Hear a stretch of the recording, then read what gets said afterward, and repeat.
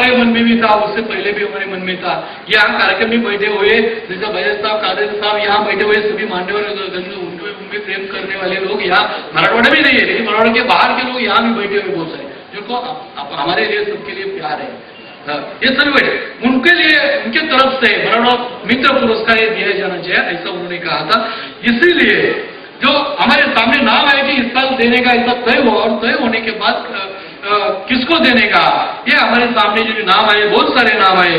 तो हमें ख्याल आया कि मराठवाड़ा है तो मराठवाड़ा का जो जैसा महाराष्ट्र का मुंबई है, ये मुंबई को देखा जाता है, ऐसा मराठवाड़ा का औरंगाबाद देखा जाता है। औरंगाबाद में अगर एक करते अपन तो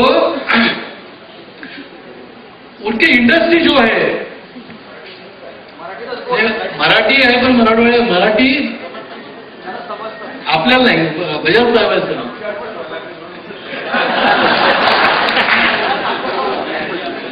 अरे भाई ये कोशिश, मैं हिंदी जानबूझकर बोलने की कोशिश कर रहा हूँ क्योंकि ये घर के सभी लोग हैं, अगर चूक बोल हो गई तो वो अपने को संभाल लेंगे, ये मालूम होते हुए मैं बोल रहा हूँ भाई। तो आमच्या समोर अनेक नावं आले आणि नावं आल्याच्या नंतर औरंगाबाद मराठवाड्याचं मुख्य राजधानीचं ठिकाण म्हणून औरंगाबाद आपण पाहतो, तिथली इंडस्ट्री पाहता त्या इंडस्ट्री किंवा अन्य औद्योगिक शहराचं म्हणून जे पुढे आलेलं आहे त्याच्यामध्ये जे पुढे येण्यामध्ये बजाज ऑटोचं फार मोठं योगदान औरंगाबादला पुढे आणण्यामध्ये आणि मराठवाड्याला पुन्हा पुढे आणण्यामध्ये ते फार मोठे योगदान लाभलेलं आहे।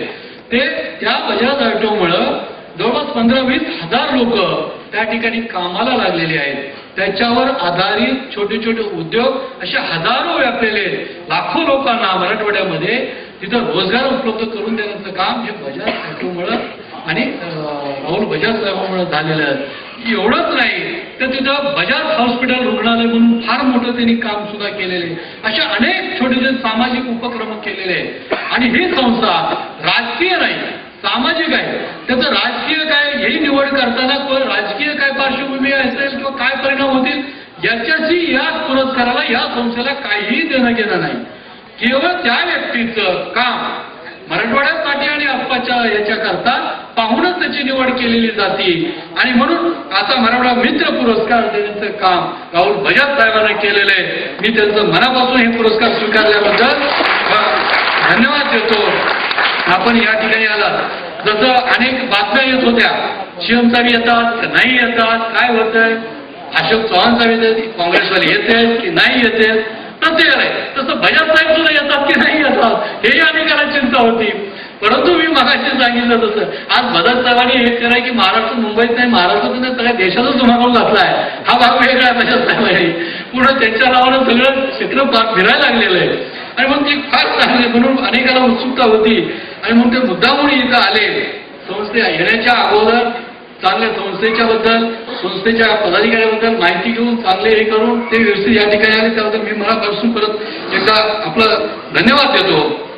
आणि गौरवामध्ये अनेक लोकांना आतापर्यंत आम्ही गौरव म्हणून पुरस्कार जसे उमो पठाण साहेब असतील, समोर आमच्या राईबिडे असतील किंवा अनेक लोकांना बारवाले साहेब आहेत आपले मैकूचे किंवा भमू शिंदे असतील, बोराडे सर असतील, मकरंद अनासपुरे असतील किंवा प्रतीक्षा लोणकर असतील किंवा अनेक असे विविध क्षेत्रातले अशा मंडळीला किंवा आमचे बांगरसाहेब असतील, अशा सगळ्या लोकांना गौरवाचा पुरस्कार दिलेला आहे आतापर्यंत। आणि यावर्षी आमचे मराठवाडा डॉक्टर बाबासाहेब आंबेडकर मराठवाडा विद्यापीठाचे कुलगुरू डॉक्टर नागनाथ कोतापले सरांना या वर्षापर्यंत त्यांचं काम आणि त्यांचं मोठेपण आपण लक्षात घेतात, त्यांची निवड केलेली आहे। पण सिद्धरामप्पा आलुरे गुरुजी त्यांचं उस्मानाबाद आणि तिकडे तुळजापूर या ठिकाणी फार मोठं प्रचंड प्रमाणात काम आहे, कोऑपरेटिव्ह असेल, शेती असेल, शिक्षण असेल, याच्यामध्ये असेल।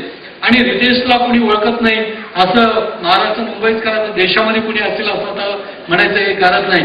त्याचा खास अभिमान आहे आम्हाला की मराठवाड्यातला पहिला हिंदीमध्ये स्टार पुत्र जन्माला आला डॉक्टर तात्यासाहेब लहाने। त्या माणसाने आतापर्यंत लाखो ऑपरेशन करण्याचं काम मोफत त्यांनी केलेलं आहे, एक मोठं कीर्ती त्यांनी स्थापन केलेली आहे ग्रामीण भागात आणि मुंबईमध्ये।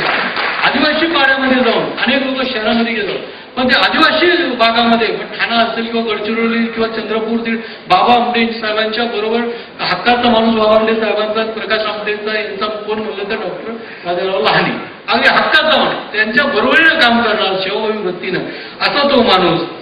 आमच्या ज्योती आंबेकर हे मराठवाड्यातल्या अतिशय चांगल्या महिला पुढे आलेल्या वृत्तनिवेदक म्हणून त्या काम केलेल्या अतिशय नावलौकिक ठेवलेले.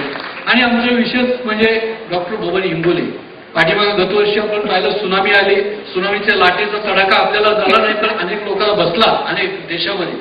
त्याच्यामध्ये आज जे संशोधन चालले जागतिक पातळीवर त्या संशोधन टीम मध्ये आपल्या मराठवाड्याचाच नाही तर महाराष्ट्रच नाही तर देशात आशिया खंडातला हा एकमेव माणूस आहे की जो सुनामीच्या जागतिक टीम मध्ये संशोधन करतोय शास्त्रज्ञ म्हणून. असा त्याचा आपल्याला मराठवाड्याचा निश्चितपणे मराठवाड्याला अभिमान असला पाहिजे. असे एकाचड एक मराठवाडा जसं साधू संतांची पुण्यवंतांची गुणवंतांची खाण आहे, हिऱ्याची खाण आहे, तशी या इथं बसलेल्या माणिक मोत्यांची सुद्धा खाण आहे. आणि मग असे सगळे माणिक मोती वेचण्याचं काम आम्ही आमच्या परीनं करतोय. त्याला आपण सगळ्यांनी येतं या ठिकाणी येऊन प्रतिसाद आपण दिलात त्याबद्दल मंचाचा एक अध्यक्ष आहे आणि त्यांना मी आपल्या सगळ्यांचे मनापूर्वक या ठिकाणी आभार व्यक्त करतो. आणि हे मंच आतापर्यंत जसं काम केलेलं आहे तसंच पुढं काम करत राहील. काम करत असताना निश्चितपणाने चुका होतील, कारण काम करतो तोच चुका करतो, काम नाही करत त्याच्यात चुका होण्याचा प्रश्न नाही. हे आम्हीच आमचं समजून पुढं चालतो. आणि म्हणून हे काम पुढं करत असताना काही आमच्या निश्चितपणाने कल्पना संकल्पना आहेत. आणि पुढच्या काही दिवसात साधारण दिवाळीच्या सुमारास मराठवाडा महोत्सव जसं मालवणी महोत्सव असेल, कोकण महोत्सव असेल किंवा अन्य महोत्सव जसं बोलतो आंबा महोत्सव असेल, संत्रा महोत्सव असेल, तसं मराठवाड्याचे अनेक गुणधर्मांचं इथं अनेक काही पाहायला मिळत नाही, ऐकायला मिळत नाही, चाखायला मिळत नाही, पाहायला मिळत नाही. अशा सगळ्यांचा गुणवंतांना एकत्र करून मराठवाड्याचं महोत्सव असा एक करण्याचा आमचा मनोदय आहे. तो निश्चितपणे पुढच्या काही कालावधीमध्ये पूर्ण होईल दिवाळीच्या आसपास. आणि या सगळं करण्याकरता मराठवाड्याच्या लोकांना आज इथं आले तर कोण कुठं अशी आमच्या अनेक वेळा पंचायत होती. म्हणून मराठवाडा भवन ज्या ठिकाणी मराठवाड्याच्या लोकांना येऊन हक्काचं ठिकाणी इथं राहायला, बोलायला, बसायला, उठायला असं मिळेल, काही कार्यक्रम घ्यायला मिळेल असं एक मराठवाडा भवन या ठिकाणी व्हावं. तसं गेल्या वेळेसच्या कार्यक्रमामध्ये संजय बांगरेजींच्याच कार्यक्रमामध्ये मुख्यमंत्री साहेबांनी आणि पवार साहेबांनी आश्वासन दिलं होतं की मराठवाडा भवन निश्चितपणे आम्ही इथे उभारू करू, त्यासाठी सर्व ती मदत करू. ते आणखीन काही झालेलं नाही. आपण सगळे मिळून त्यांना विनंती करू, आठवण करून देऊ आणि पुढे निश्चितपणाने काहीतरी होईल अशा पद्धतीचं आपण निश्चितपणे करू. फक्त एकच जाता फक्त आता मला शेवटची विनंती करायची आहे की दोन साहेबाला आणि बजाज साहेबाला की आपल्या सगळ्या दोन्ही घराण्याच्या मुळे मराठवाड्यामध्ये इंडस्ट्री फार मोठ्या प्रमाणात वेगानं वाढली, मराठवाड्याला एक नाव मिळालं, चांगली औद्योगिक प्रगती झाली, त्याचा आर्थिक स्तर उंचवला गेला, सगळं झालं. पण त्याचबरोबर या बदलत्या जागतिक जे परिस्थिती निर्माण झाली त्याचे परिणाम निश्चितपणे सगळ्या जगावर, भारतावर, महाराष्ट्रावर जसे व्हायला तसे मराठवाड्यावर, औरंगाबादवर सुद्धा निश्चितपणे झालेले. आणि म्हणून अनेक छोटे छोटे जे उद्योग आहेत हे अनेक आजारी पडायचं काम मोठ्या प्रमाणात झालेलं आहे, आजारी पडलेलं. त्याच्यातून बाहेर काढण्याचं काम आपल्या मोठ्या भाऊ, आपण मोठा भाऊ जसं लहान भावाला बरोबर घेऊन जात असतो तशा पद्धतीचं काही आपल्याला करता आलं आपल्या मराठवाड्याच्या करता. आपल्या मोठे भाऊ या नात्यानं छोट्या छोट्या उद्योगांना बरोबर घेऊन जाणे त्यांना संजीवनी मिळेल हे समजून जर थोडंसं आपण करता या निमित्तानं हे बोलण्याची संधी मी घेतो. याचा अर्थ या सत्काराच्या निमित्त ते घराणं आहे असं अजिबात नाही, फक्त एक म्हणणं आहे, परिस्थिती सांगण्याचं काम आपल्या समोर केलेलं आहे एवढंच या निमित्तानं सांगतो. आणि ही संस्था सांस्कृतिक क्षेत्रामध्ये किंवा अन्य सर्व क्षेत्रामध्ये काम करते. ही संस्था कोणत्याही राजकारणाशी संबंध नाही, कोणत्याही पक्षाशी संबंध नाही किंवा काही नाही. सर्व पक्षातले, सर्व वर्गातले, घटकातले, सर्व भागातले एकत्र येऊन या संस्थेचं काम करते आणि पुढेही निश्चितपणाने करत राहील. आपण या सोहळ्याला आपण सर्वजण उपस्थित राहिला, मराठवाडा भूषण म्हणून, मित्र म्हणून, गौरव म्हणून, प्रमुख पाहुणे म्हणून एवढे सर्व आपण मराठवाडा प्रेम करणारे सर्व मराठवाड्यातले काही बाहेरचे मंडळी उपस्थित राहिले आणि विशेष म्हणजे पत्रकार सुद्धा खास आवर्जून उपस्थित राहिले.